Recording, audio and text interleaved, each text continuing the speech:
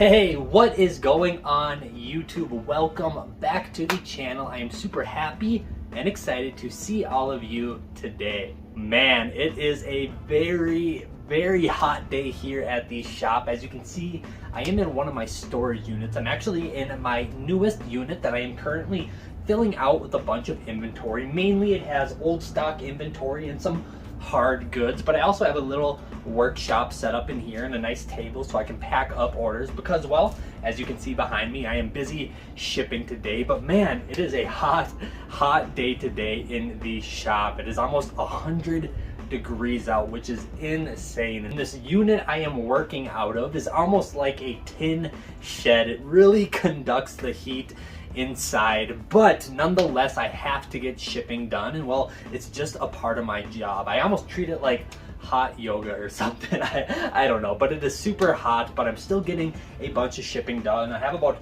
30 or so orders packed up already. I have about 20 or so more to go, about 50-ish orders I got to get out today. So yes, it is a hot day shipping, but you know what, in my opinion, that is a small price to pay for the freedom that this industry and business allows me.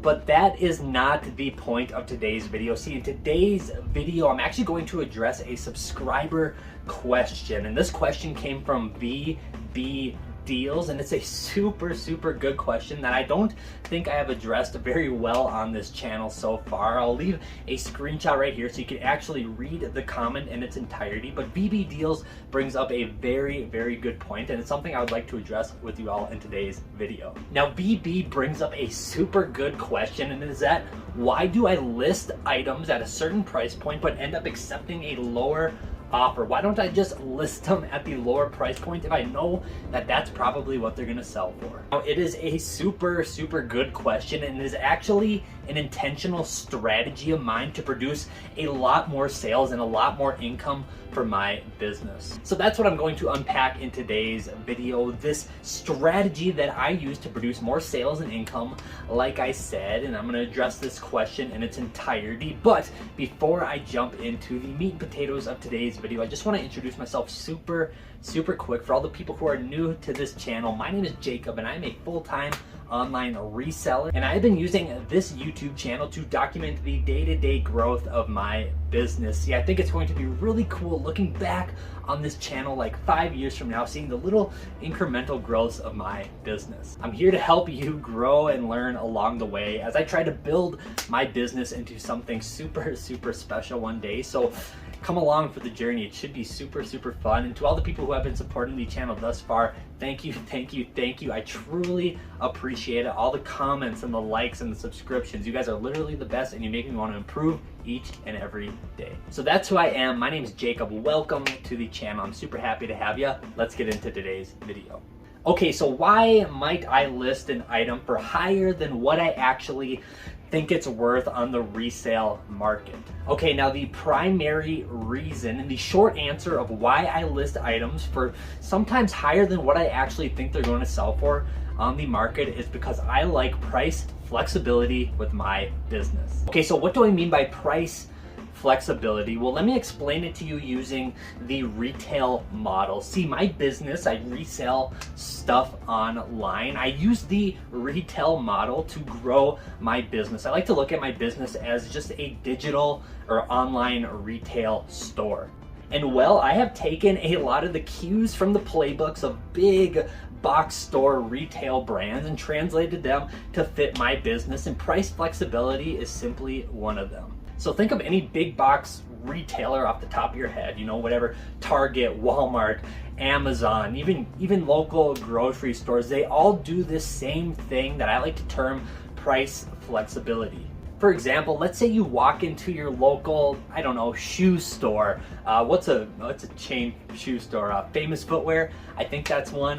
Yeah, let's say you walk into your local Famous Footwear and there's a pair of Nike sneakers that you really like, and they're $100, and man, you would love to have them, but after you see the $100 price point, you're kind of like, I'm up in the air. I don't think I'll buy them today, but maybe in the future, you know, maybe I'll save up for them.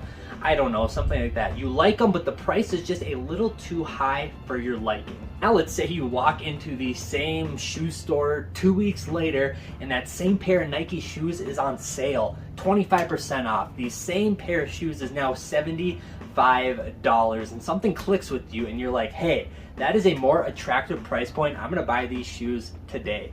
And I like to use that exact same business model with my online retail business. See, I like to list items at the highest point the market will allow. Therefore, it gives me a lot of flexibility to run sales and deals and offers and coupons for my items. Therefore, I can generate more sales with my business.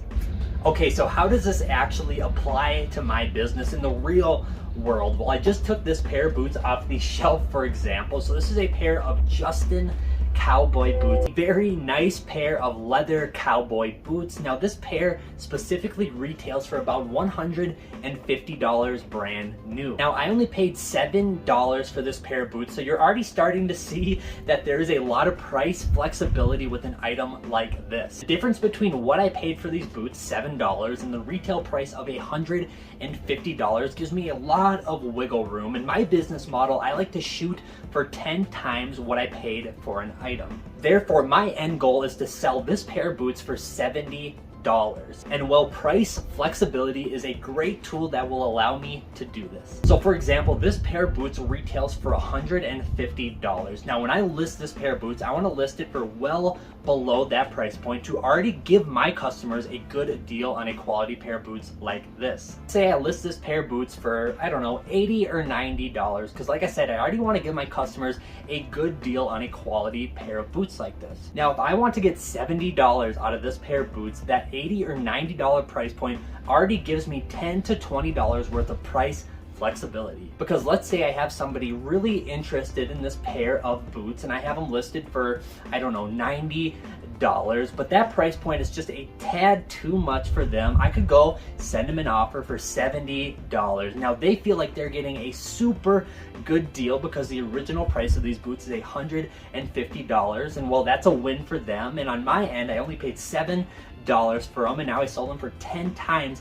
as much as I paid for them, so that's a win for me. Well, that scenario is a win-win situation. Now another added bonus of price flexibility is it allows me to generate sales almost on command. So say this pair of $150 cowboy boots, we'll use the same pair as an example. They're worth $150 and I want to make $70 on them, but unfortunately I'm having a tough time selling them for that price point, and I need to generate some sales for my business so I can go reinvest in some new inventory. Well, I could slash the prices on these boots to say $30 or $40, a third of the retail price, and really feel like I'm giving my consumers a good deal, which they are, and I still make 2, 3, 4 times my money on this pair of boots, and I can sell them super fast because I have price flexibility.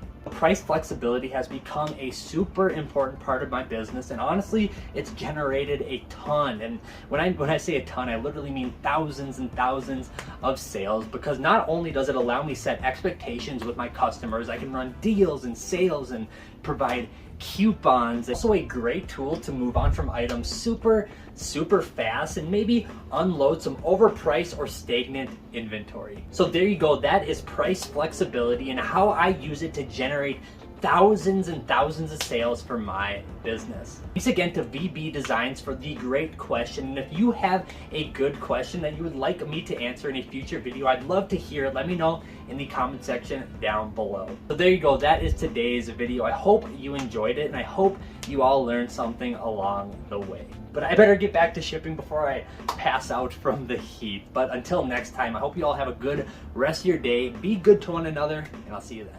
Peace.